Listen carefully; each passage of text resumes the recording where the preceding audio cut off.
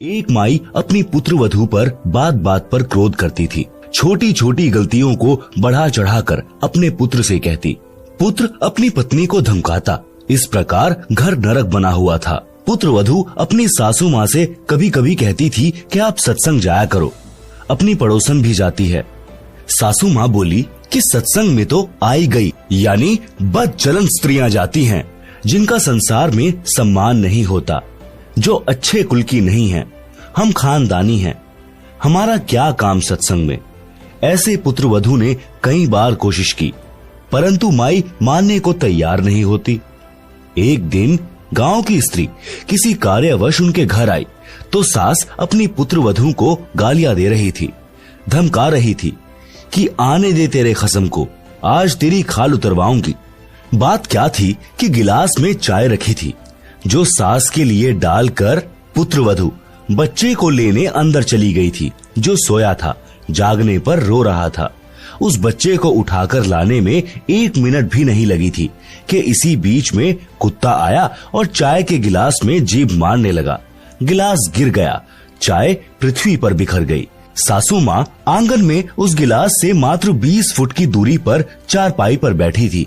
हट्टी कट्टी थी, खेतों में सैर करके आती थी, परंतु काम के हाथ नहीं लगाती थी।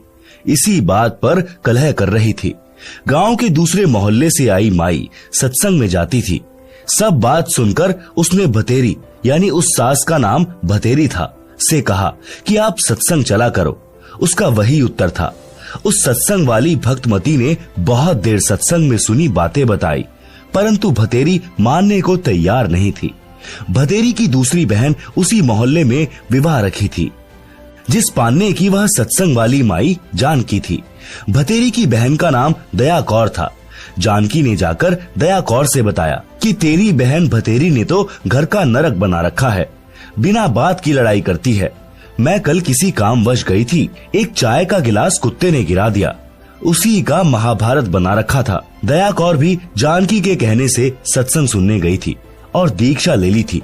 जानकी ने कहा कि उसको जैसे तैसे एक बार सत्संग में ले चल। जब तक संतों के विचार सुनने को नहीं मिलते तो व्यक्ति व्यर्थ की टेंशन यानी चिंता स्वयं रखता है तथा घर के सदस्यों को भी चिंता में रखता है। दया कौर अगले दिन अपनी बहन के घर गई। किसी बहाने भतेरी को अपने घर ले गई। वहां से कोई अन्य औरतें सत्संग में जाने के लिए जानकी के घर के आगे खड़ी थी। वे दया कौर को सत्संग में चलने के लिए कहने उसके घर गई। वहां उसकी बहन भतेरी को देखकर उसे भी कह सुनकर साथ ले गई। भतेरी ने जीवन में प्रथम बार सत्संग सुना। आश्रम में कैसे स्त्री पुरुष रहते हैं, सब आंखों देखा तो अच्छा लगा।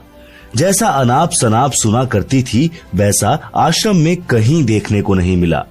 सत्संग में बताया गया कि कई व्यक्ति अपनी बहन, बेटियों, बहुओं तथा अन्य स्त्रियों को सत्संग नहीं भेजते और न स्वयं जाते हैं। वे कहते हैं कि हमारे सत्संग में जाने से घर की इज्जत का नाश हो जाएगा, हमारी बहू बेटियां बदनाम हो जाएंगी। उनको विचार करना चाहिए कि सत्संग में न आने से परमात्मा के विधान का ज्ञान नहीं होता कि भक्ति न करने वाले स्त्री पुरुष अगले जीवन में महान कष्ट भोगते हैं। सूक्ष्म वेद में बताया है कि जो मनुष्य शरीर प्राप्त करके भक्ति नहीं करते, उनको क्या हानि होती है। कबीर जी कहते हैं, हरि के नाम बिना नारी कुतिया होए, गली गली भौकत फिरे, टूक न डाले कोय। संत गरीब दास जी की वाणी से। बीबी पर्दे रहे थी, ड्योडी लगती बाहर, अब गात उघाड़े फिरती है, बन कुतिया बाजार। वे पर्दे की सुंदरी, सुनो संदेशा मोर, गात उघाड़े फिरती है, करे सरायों शोर। नक बेसर नक पर बनी, पहने थी हार हमेल, सुंदरी से कुतिया बनी, सुन साहिब के खेल।